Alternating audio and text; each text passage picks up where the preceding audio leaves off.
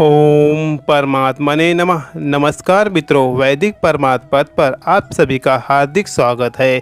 अपनी सनातन संस्कृति से जुड़े रहने के लिए चैनल को सब्सक्राइब कर लें और वीडियो में अंत तक बने रहें। सैकड़ों कल्प बीत जाने पर भी बिना भोग किए कर्मफल का नाश नहीं होता और जब तक वह पापी जीव यातनाओं का भोग नहीं कर लेता तब तक उसे मनुष्य शरीर प्राप्त नहीं होते।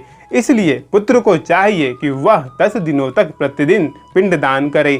पिंड प्रतिदिन 4 भागों में विभक्त होते हैं। उनमें 2 भाग प्रेत देह के पंचभूतों की पुष्टि के लिए होते हैं, तीसरा भाग यमदूतों को प्राप्त होता है और चौथे भाग से जीव को आहार मिलता है। तो रात दिन पिंड को प्राप्त करके प्रेत का शरीर बन जाता है और 10वें दिन उस शरीर में बल की प्राप्ति होती है।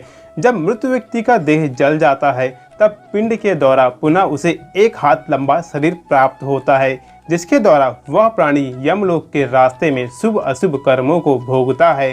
पहले दिन जो पिंड दिया जाता है उससे उसका सिर बनता है, दूसरे दिन पिंड से गर्दन और तीसरे पिंड से हृदय, चौथे पिंड से पीठ और 5वें पिंड से नाभि, छठे और 7वें पिंड से क्रमश कमर और गुप्तांग उत्पन्न होते हैं, 8वें पिंड से जांघें और 9वें पिंड से घुटने तथा हाथ पैर। इसी प्रकार 9 पिंडों से प्रेत को देह प्राप्त हो जाता है।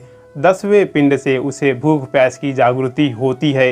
इस पिंड शरीर को प्राप्त करके भूख और प्यास से पीड़ित जीव 11वें तथा 12वें दिन भोजन करता है। 13वें दिन यमदूतों के द्वारा बंदर की तरह बंधा हुआ वह प्राणी अकेला यम मार्ग में जाता है। यम मार्ग में मिलने वाली वैतरणी को छोड़कर यमलोक के मार्ग की दूरी 86,000 योजन है। वह प्रेत प्रतिदिन रात दिन में 247 योजन चलता है।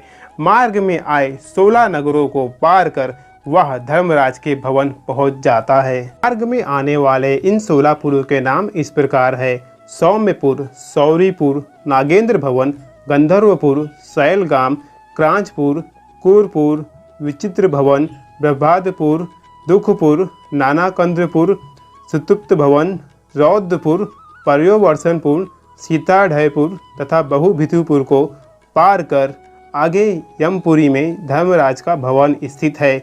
यमराज के दूतों से 5 में बंधा हुआ यह पापी जीव रास्ते भर हाहाकार रोता हुआ अपने घर को छोड़ यमपुरी को जाता है।